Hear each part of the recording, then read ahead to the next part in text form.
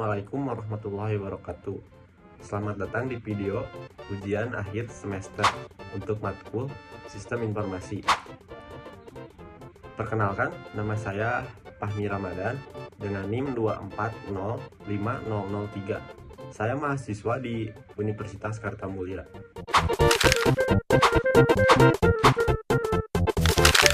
Oke. Dan dalam video ini saya akan menjelaskan sistem manual yang akan ditransformasikan ke sistem yang terkomputerisasi. Di sini saya akan mengambil sistem manual pemesanan dan pembayaran pada warung nasi kuning. Dan saya akan mengubahnya atau mentransformasikan ke dalam bentuk yang terkomputerisasi. Oke, di sini saya akan membahas permasalahan pada sistem manual.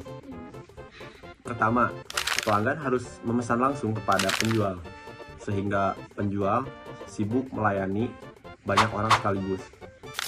Kedua, kesalahan pencatatan pesanan terjadi karena hanya mengandalkan ingatan atau catatan manual, apalagi jika penjualnya seorang orang tua ya gitu, yang lansia.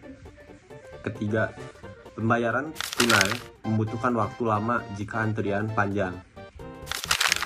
Dan yang terakhir, tidak ada kesan modern, sehingga pelanggan mungkin kurang tertarik untuk kembali.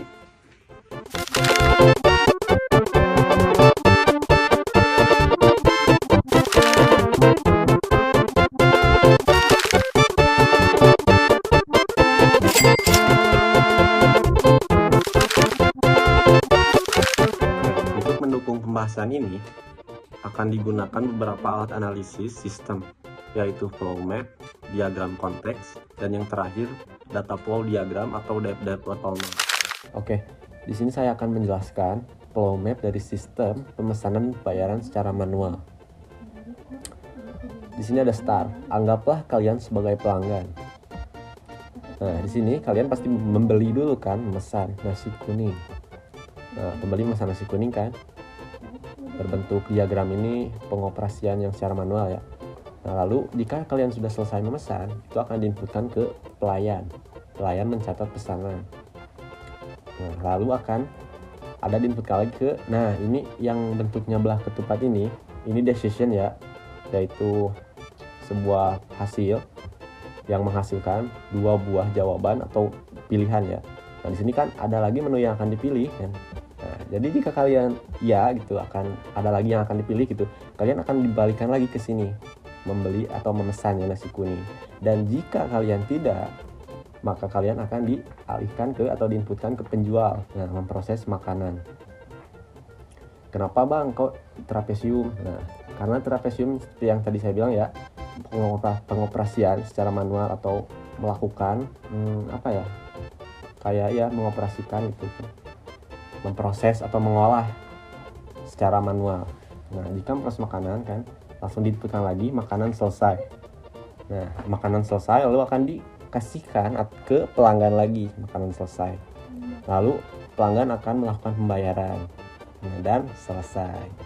Begitu flow map dari sistem manual ya. Oke, kita lanjut ke flow map yang terkomputerisasi ya. Nah, di sini flow map sistem yang terkomputerisasi ya, sama kayak yang tadi ya, cuman ini bedanya di skala digital mungkin ya, atau komputer. Oke, anggap lagi di sini kalian sebagai pelanggan ya. Nah, pembeli atau pelanggan memesan nasi kuning. Nah, kenapa bang kok itunya persegi panjang? Nah, karena persegi panjang ini bentuknya apa ya, kayak terkomputerisasi gitu dari sananya gitu ya.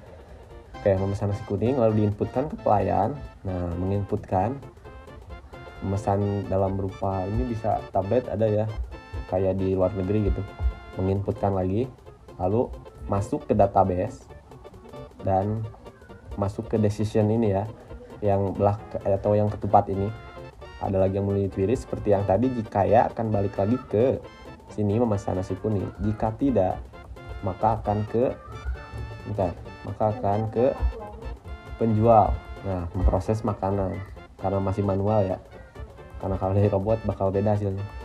Oke, lalu makanan selesai, lalu dikasihkan lagi ke pelanggan. Nah, di sini struk pembayaran dari database yang tadi ya diinputkan di sini sama pelayan. Lalu struk pembayaran. Nah, lalu melakukan pembayaran. Sebenarnya di sini bisa kalian jika pembayarannya dilakukan cara e-wallet atau dana digital gitu. Kalian ininya ubah jadi persegi panjang. Cuman di sini mungkin kalian membayarnya secara manual ya, jadi bentuknya trapesium. Oke, dan selesai. Itu flow map dari sistem terkomputerisasi. Selanjutnya kita akan bahas diagram konteks. Oke, lanjut ke diagram konteks. Nah, di sini ada diagram konteks ya. Jadi entitasnya di sini ada 3, yaitu pelanggan, pelayan, dan yang terakhir penjual atau admin. Nah, dari pelanggan kita menginputkan ke proses ini ya, sistem pemesanan, yaitu si PENUK ya, seperti yang tadi saya sudah jelaskan di awal, sistem pemesanan pembayaran warna nasi kuning. Nah, pelanggan menginputkan seperti data pesanan dan metode pembayaran. Lalu dari proses ini diinputkan lagi atau diinputkan lagi ke pelayan, yaitu sebuah daftar pesanan. Lalu dari pelayan mengonfirmasi pesanan telah selesai, di-outputkan lagi ke proses. Nah, lalu sudah dari proses ini dilaporkan ke penjual, laporan penjualan atau permintaan laporan. Lalu dari proses ini balik lagi ke pelanggan diinputkan, yaitu total harga dan status pesanan. Oke, lanjut ke diagram atau data flow diagram ya, DFD level 0. Nah, ini adalah data flow diagram atau yang tersebut DFD level 0 ya. Nah, di sini ada banyak kan ya, dipecah lagi kan dari yang diagram konteks. Seperti 1.0 ini pemesanan, 2.0 transaksi, ada 3.0 cetak laporan. Sebenarnya kalian bebas menamai ini ya. Saya menamai ini aja ya biar mudah gitu. Dan entitas juga tadi ada 3 kan, pelanggan, penjual, dan pelayan.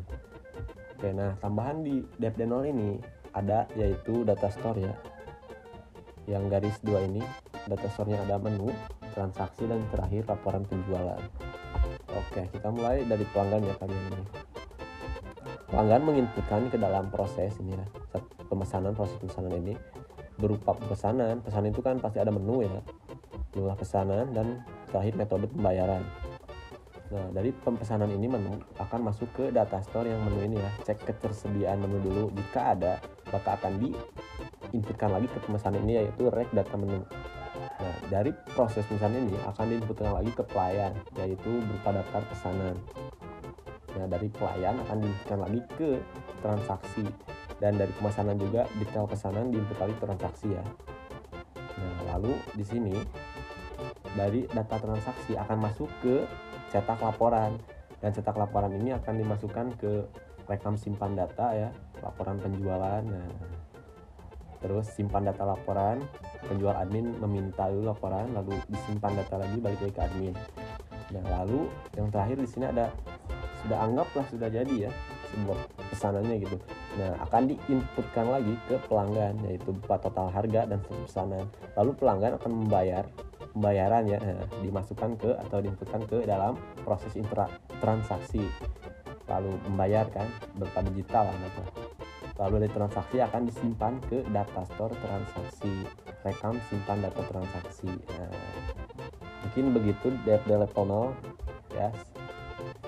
Oke. Dari pembahasan tadi dapat disimpulkan bahwa sistem manual memiliki banyak keterbatasan seperti efisiensi yang rendah dan risiko kesalahan yang tinggi. Dengan penerapan sistem yang terkomputerisasi, proses menjadi lebih cepat, akurat, dan terstruktur tentunya. Oke, demikian video ujian akhir semester untuk mata kuliah sistem informasi. Semoga penjelasan ini dapat memberikan pemahaman yang lebih baik mengenai transformasi sistem manual ke sistem yang terkomputerisasi. Terima kasih juga yang udah like, subscribe, mungkin yang udah nonton, share ya. Terima kasih atas perhatiannya. Wassalamualaikum warahmatullahi wabarakatuh.